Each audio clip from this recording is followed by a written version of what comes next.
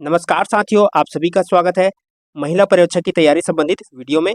साथियों, आज के इस वीडियो में देखने वाले हैं बच्चों के शिक्षा के अधिकार संबंधित महत्वपूर्ण वस्तुनिष्ठ प्रश्न। तो चलिए वीडियो की शुरुआत करते हैं। अगर आप चैनल पर नए हो तो चैनल को सब्सक्राइब जरूर कीजिए, बेल आइकन जरूर दबाइए, जिससे आपको आने वाली सभी वीडियो की नोटिफिकेशन मिलती रहेगी।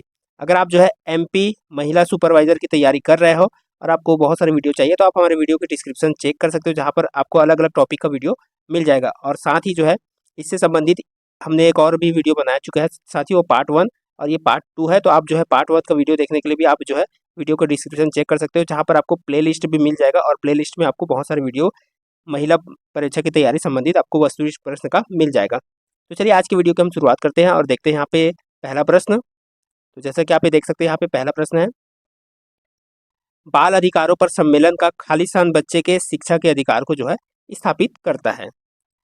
बाल अधिकारों पर सम्मेलन का जो है कौन सा अनुच्छेद बच्चे के जो है शिक्षा के अधिकार को स्थापित करता है? तो इसका जो राइट आंसर बताना है। तो इसका जो राइट आंसर हो जाएगा वो है अनुच्छेद 29। तो चलिए इसके बारे में थोड़ा सा डिटेल देख लेते हैं। और जो अनुच्छेद 29 है उसका जो है यहाँ पे मुख्य अवधारणाएं हम यहाँ पे देखते हैं। तो अनुच्छेद 29 का जो है मुख्य अवधारणा है, बाल अधिकारों पर सम्मेलन का अनुच्छेद 29 बच्चे के शिक्षा के अधिकार पर यहाँ पे केंद्रित है। यह इस बात पर जोर देता है कि शिक्षा को बच्चे के व्यक्तित्व और क्षमताओं सहित उसके संपूर्ण विकास में योगदान देना चाहिए। शिक्षा के उद्देश्यों में राष्ट्र और समूहों के बीच मानवाधिकारों, सहिष्णुता, समानता और मित्रता के प्रति सम्मान को बढ़ावा देना इसमें शामिल है। शिक्षा को बच्चे को एक स्वतंत्र समाज में जिम्मेदार जीवन जीने के लिए जो है तैयार कर दें और शांति की संस्कृति को बढ़ावा देने के रूप में देखा जाता है। अगर इसमें देखा जाए, माता पिता को अपने बच्चे की शिक्षा का मार्गदर्शन करने का अधिकार है और बिना किसी भेदभाव के शिक्षा के समान अवसर यहाँ पे मिलने चाहिए। तो ये जो है अवधारणा जो है आप देख सकते हैं अनुच्छेद 29 की मुख्य अवधारणाएं हैं। चलिए अगला प्रश्न हम देखते हैं। अगला प्रश्न है, निम्नलिखित में से RTE की कौन सी धारा अध्यापकों के कर्तव्य से संबंधित है? इनमें से RTE की कौन सी धारा जो है अध्यापकों के कर्तव्य से संबंधित है? तो इसका जो राइट आंसर हो जाएगा वो है ऑप्शन 3, धारा 24। चलिए इससे संबंधित हम कुछ और धाराएं देख लेते हैं, जैसे कि आप यहाँ देख सकते हैं। धारा 11 का जो संबंध है वो स्कूल पूर्व शिक्षा की व्यवस्था करने के लिए उपयुक्त सरकार, और धारा 7 का जो संबंध है वह वित्तीय और अन्य उत्तरदायित्वों को जो है साझा करना, और धारा 35 का जो संबंध है वो है काफ़ी इंपॉर्टेंट है, ये निःशुल्क और अनिवार्य बाल शिक्षा का अधिकार अधिनियम 2009। तो ये सभी आपको अच्छे से याद रखना है, पूछा जा सकता है इसमें से। और इसमें बात किया जाए शिक्षा का अधिकार अधिनियम के बारे में, तो क्या है शिक्षा का अधिकार अधिनियम? 6 से 14 वर्ष की आयु के प्रत्येक बच्चे को निःशुल्क और अनिवार्य शिक्षा का अधिकार है। यह अनुच्छेद 21A के माध्यम से 86वें संविधान संशोधन अधिनियम के अनुसार कहा गया है।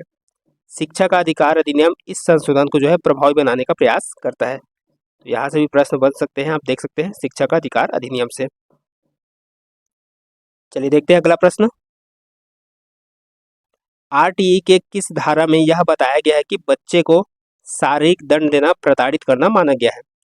प्रश्नों को यहाँ पे अच्छे से देखिएगा, चारों ऑप्शन आप जरूर देखिए। RTE के किस धारा में यह बताया गया है कि बच्चे को शारीरिक दंड देना प्रताड़ित करना माना गया है? तो इस प्रश्न का जो सही उत्तर हो जाएगा वो है ऑप्शन 1, धारा 17 में। चलिए धारा 17 के बारे में थोड़ा सा देख लेते हैं।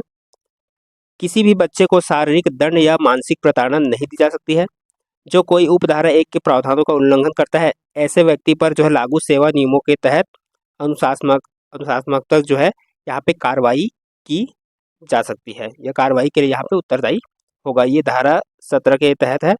अब इसमें कुछ और धाराएं हम यहाँ पे देख सकते हैं, और इस धारा को हम देखते हैं। धारा 8, धारा 8 में जो है उपयुक्त सरकार को यह सुनिश्चित करने के लिए कर्तव्य सौंपती है कि वह पड़ोस के स्कूल में प्रत्येक बच्चे को मुफ्त और अनिवार्य प्रारंभिक शिक्षा प्रदान करे। और धारा 26 में उपयुक्त सरकार या स्थानीय प्राधिकरण द्वारा प्रत्यक्ष या अप्रत्यक्ष रूप से प्रदान की गई निधियों द्वारा स्थापित स्वामित्व नियंत्रित या पर्याप्त रूप से वित्त पोषित स्कूल के बारे में नियुक्ति प्राधिकारी और यह सुनिश्चित करेगा कि उसके नियंत्रण वाले स्कूल में शिक्षक की रिक्ति 10% से अधिक नहीं होगी। तो इस तरह से धारा 8 और 26 के बारे में भी थोड़ी सी जानकारी आप यहाँ पे पढ़ सकते हैं। अगला प्रश्न है, एक शैक्षणिक वर्ष में आरटीई अधिनियम के तहत स्कूल में प्राथमिक शिक्षकों के लिए कितने कार्य दिवस अनिवार्य है। प्रश्न को अच्छे से यहाँ पे देखिएगा। एक शैक्षणिक वर्ष में आरटीई अधिनियम के तहत स्कूल में प्राथमिक शिक्षकों के लिए कितने कार्य दिवस अनिवार्य है। चारों ऑप्शन आपके सामने हैं यहाँ पे। तो इसका जो राइट आंसर जो हो जाएगा वो है ऑप्शन 3, 200 दिन। एक प्राथमिक शिक्षक के लिए जो कितने कार्य दिवस अनिवार्य है वो है 200 दिन, ये आरटीई के अधिनियम के तहत। चलिए इसके संबंध में और देख लेते हैं थोड़ा सा। शिक्षा का अधिकार अधिनियम 2009, जिसे आरटीई अधिनियम 2009 के रूप में भी जाना जाता है, 4 अगस्त 2009 को जो है भारत की संसद द्वारा यहाँ पे अधिनियमित किया गया था।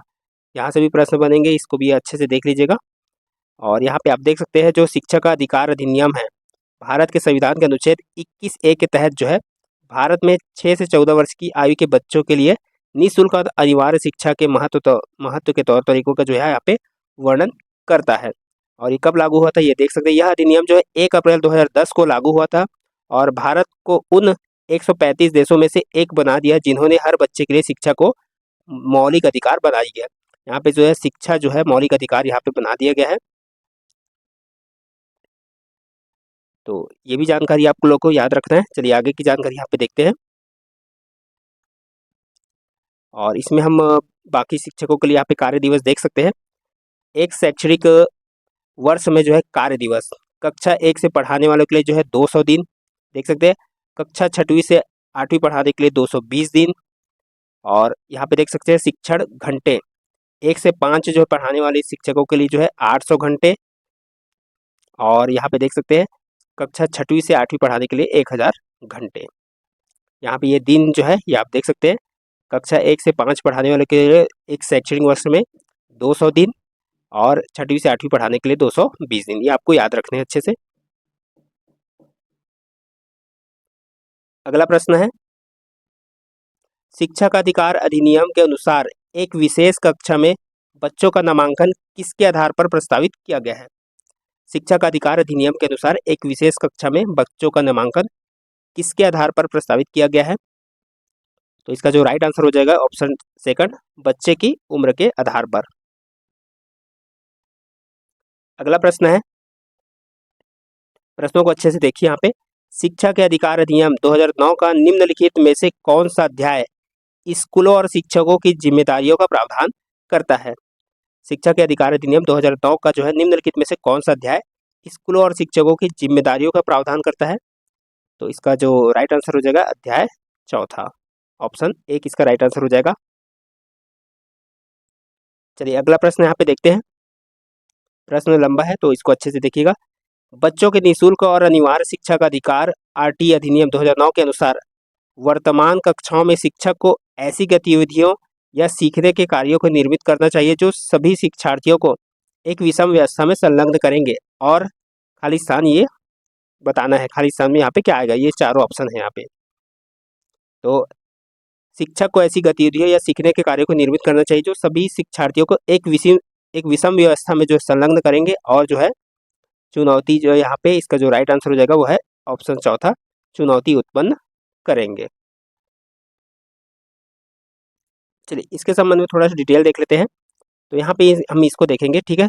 जब कोई छात्र किसी गतिविधि में संलग्न होता है तो वह उत्साहित महसूस करता है और उसमें जो है रुचि पैदा होती है और प्रेरित महसूस करता है। इसी वजह से ये जरूरी है।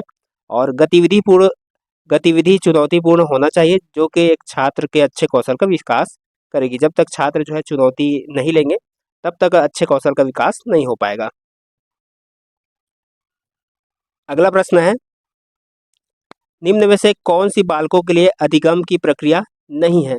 इनमें से बताना है कि कौन सी बालकों के लिए अधिगम की प्रक्रिया नहीं है। तो इस प्रश्न का जो सही उत्तर हो जाएगा वो है ऑप्शन 3, परिपक्वता। परिपक्वता जो है अधिगम की प्रक्रिया नहीं है। चलिए अधिगम के बारे में थोड़ा सा डिटेल देख लेते हैं।